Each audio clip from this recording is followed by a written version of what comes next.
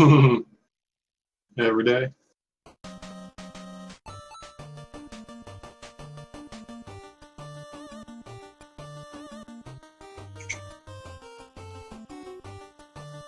So we're gonna see if Chrissy picks the correct chipmunk or not. Hashtag Team Dale all day. Yeah, Chrissy is actually wanting to hear from chat about your chipmunk choices. So, chat, if you could give us some love for Chip or for Dale, and then we will be able to get this run started after answering the most important question. Glitchless, this is why we're friends.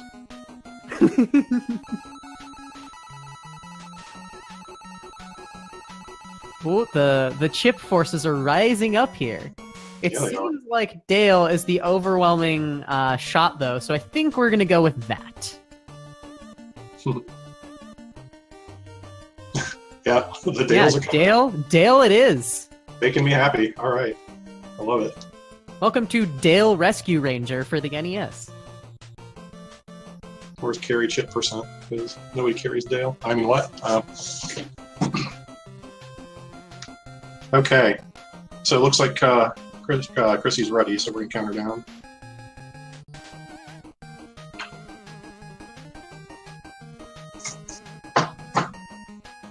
And we should be off.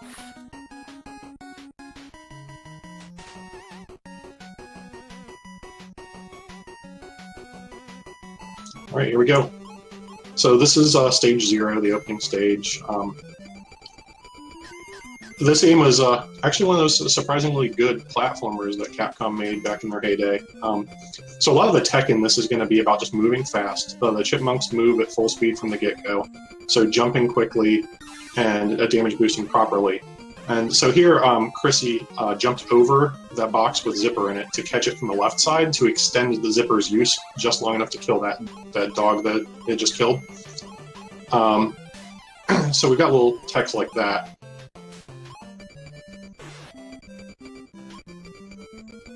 So Chrissy there using a damage boost. So the way damage works in this game, like a lot of games in these kind of eras, is that when you get hit, you get knocked back. So in order to take advantage of damage, what we'll do is we'll spin around and face the other direction really quick, so that when we get hit, we actually get knocked forward.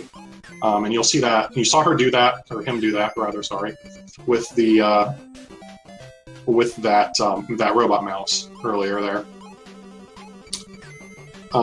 So this is also one of those games where, you know, the logic here makes a lot of sense. There's ground underneath you, but you climb up these power poles just a little bit, where you don't see the ground and then you die when you fall off, which is unfortunate. Instead of just, you know, falling back down to the ground. That's how that works. If you can't see it, it doesn't exist and is therefore a bottomless pit. Right, exactly. Even though 2 seconds ago there was ground there. So getting up to the top of the stage here, we're going to see basically just hesitating there. Chrissy allowed that robot mouse to jump over instead of getting hit by it. So the mice kind of have the way they work is they'll just kind of like bounce around haphazardly, and then once they can see you, then they just charge at you. And so you can kind of abuse that by making sure they see you when you want them to, so that you can get around them. So Chrissy's coming up on the first boss now. And so the bosses, they all have some elements of RNG, but a lot of them are controllable. Like this boss throws lightning bolts at you, but if you can be in a specific spot when they shoot them, then you can just basically avoid them. And bosses take 5 hits to kill. And every boss gives you one of these little red balls to throw at them conveniently. So the bonus area, a lot of times you'll find a 1 up there in the top. Not always, but most times. So we're moving on to stage B. This is any percent, so we actually don't have to do stages A, C, and E. So we will be avoiding doing those. And coincidentally, stages A and E have some pretty, or sorry, A and C rather. No, it is A and E. Sorry, A and E. I promise I actually do run all zones. A and E have some pretty RNG heavy bosses, so it avoids doing that. So with these spigots, you just jump on them 3 times and they turn off the water. The ones that are at ground level, you can just run on and off of them really quickly to turn them off, which is what Chrissy did there. So with these flies that come down too, it can be. Generally, you shouldn't see more than the one that we just saw, like that one. But sometimes you'll get extras like that, and you just kind of have to get around it. Usually, you don't see like this many extras, but every once in a while you do. So now we're coming up on the stage boss here. So this boss is a spaceship, because why not? And it comes at you from the off screen in 3 different potential areas. And depending on where it is, whether it's the middle if it's middle or low, you can potentially hit it twice by throwing it horizontally, like Chrissy did there.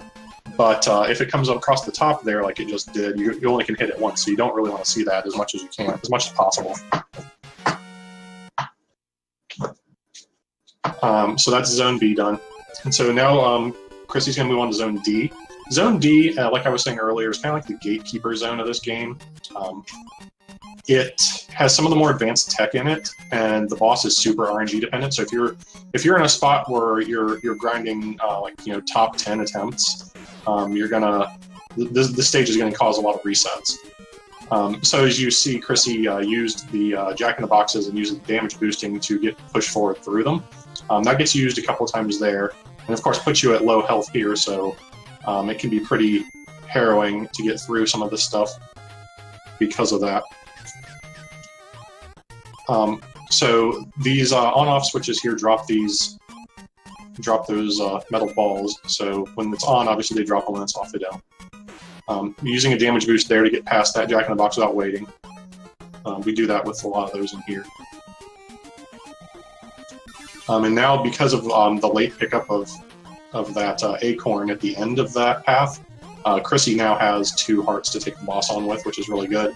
As this boss drops, I guess, like little tiny, maybe like rubber balls or something, from the top of the screen. And oh, Chrissy got the good pattern. That's great. That's the fastest you can kill that boss. So that's the pattern you want to see, especially if you're grinding PB attempts. Once you get lower times. So that was a really good boss fight for Chrissy. And now we're going to move on to F. So F has the hardest trick in the game. We'll see if Chrissy goes for it. It's called the Joka boost. So what you would do is, and no, Chrissy tried and didn't get it. So you boost off of that ball that he tried to, rather, and then the next one, and and it's super tight. So Chrissy just did the backup strat of damage boosting off of that last metal ball. But if you get the full Joka boost, you bounce off of the 2 right before you start walking through that area, and it's very fast and saves a lot of time. Going through here, really the objective is just to keep going up as much as possible. Keep trying to get the screen advancing up. That'll get these slider things moving, and then there's no boss on this stage. You just get to the door and you're done.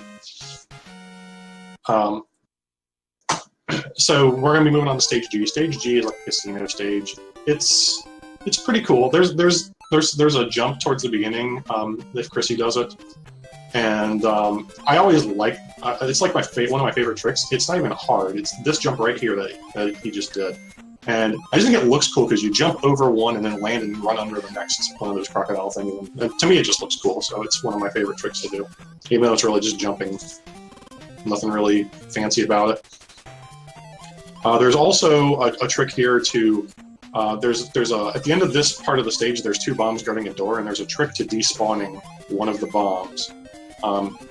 If you take, so Chrissy picked up the box, if you kill the 3rd antlion here, which Chrissy did, that just despawns one of the 2 bombs guarding the door for some reason.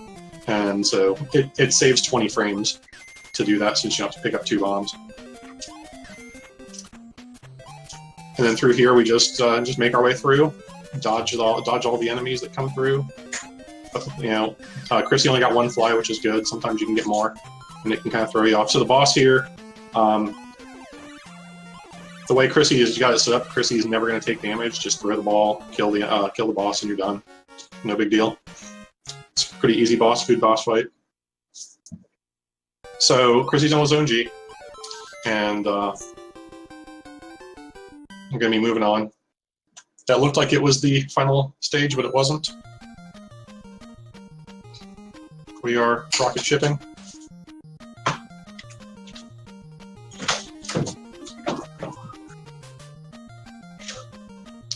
And so we're rocket shipping, and now we've got the last 3 stages. We got H, I, and J. So H, this stage, honestly, when I first started speedrunning this was my least favorite stage, and now I actually really kind of like it. Just because when you do this really fast, it looks really cool, and it kind of just feels good to do it very fast as well. This is another stage where there's just a lot of stuff going on, and you just got to make your way through it and try and take as little damage as possible. There's also no boss on this stage again, which is nice. So Chrissy trying to play it safe there and just hide in the box so that the flying squirrel died off of it instead of... there's a more advanced, scarier strat to that where you pick up the second box, the one that's on top, and then just kind of like jump underneath the squirrel as it's going by. It's a little more dangerous, a little scarier, but a little bit faster. And then taking the damage boost to be safe there, and then that's the end of the stage. So now we're going to be moving on to Zone I. Zone I it's a cool zone. It's got a mechanic where you've got some fans on the stage, and the fans can either push you back or push you forward. And so it can have, like right here, it's pushing you back. So it kind of artificially inflates the length of the stage because you're being pushed back and you're running slower. But then this one pushes you forward, so you can make harder jumps. And taking damage in that first part, as long as you don't die, isn't a big deal. There's a full life acorn just coming up that Chrissy should probably pick up. Actually, it's the one that it was the box that Chrissy was just standing on, so I guess not. But to be honest, health isn't really that big of a deal here. There shouldn't be too many spots that Chrissy's going to take damage on. And what a waste of Monterey Jack, huh? You open a box with a piece of cheese in it, and he comes and opens a wall, and that's the breadth of what they do with Monterey Jack. So here we got another Zipper box, and Zipper comes, and I don't know, maybe it's just me, but I think Zipper just looks like a green Honey Nut Cheerios bee. I don't know about you guys. So we're coming up on the boss. The boss is a caterpillar, and once he's been hit and he reaches the middle of the screen again, he splits apart and he's invincible for a little bit. So it looks like Chrissy got it. So, and yeah, Chrissy did. So Chrissy got the quick kill. So when you first enter the stage, if you hit the caterpillar just after he passes the middle of the screen, you can grab the ball, hit the caterpillar at the very left of the screen, and then catch it, and then throw it and hit the caterpillar again before he hits the middle and breaks apart, and get 3 hits in. That's the only time you can do it. And Chrissy got that, so that was a good boss kill. So now we're on stage J. This has the good music. This music is pretty legit. I try sometimes not to talk through the stage a whole lot so people can enjoy it. But this stage is pretty punishing. There's a lot of advanced tech in here, especially with damage boosts and stuff. So we'll see what Chrissy decides to do here. So Chrissy playing it safe on this one. So we tend to damage boost off at least 2 of these axes. So Chrissy boosted off that one, and off of that one. And so now you just got to make sure you don't get hit by the hat from that crocodile. So the crocodiles have decided now, instead of just jumping over you, to throw their hats at you. And it's a little bit more dangerous than them just jumping. And so here we've got these levers that when you hit them, they stop the axes, and only some of them actually do. And we've also got some full life acorns and stuff through here to help out. So boosting off of that plunger to get through. And yeah, that was a good jump. And so here, okay, Chrissy's electing to use the box to kill the last crocodile, because he can be a pretty big pain in the butt. If you do it without carrying a box, he can hit you and kill you last minute. So Fat Cat has basically 3 patterns he can use this cigar with, and he's already dead. But so Fat Cat can flick a cigar one of 3 ways, and depending on where you stand, you can usually dodge 2 of the 3, but not the third one, not one of them. So coming in there with 1 heart, you're probably going to die to Fat Cat unless you get lucky. So so Chrissy finishing with a 12:36 for. Not a bad run considering the little shaky start there. Congratulations to Chrissy on that run. Yeah, that was really good. God, I love that game. It's so comfy, but also really so intimidating. A true Capcom NES game. No, yeah, it's comfy as heck. It was my second speed game, and probably the one I worked the hardest on initially. So, yeah. So thank you guys for having me. I appreciate. Thanks for coming out.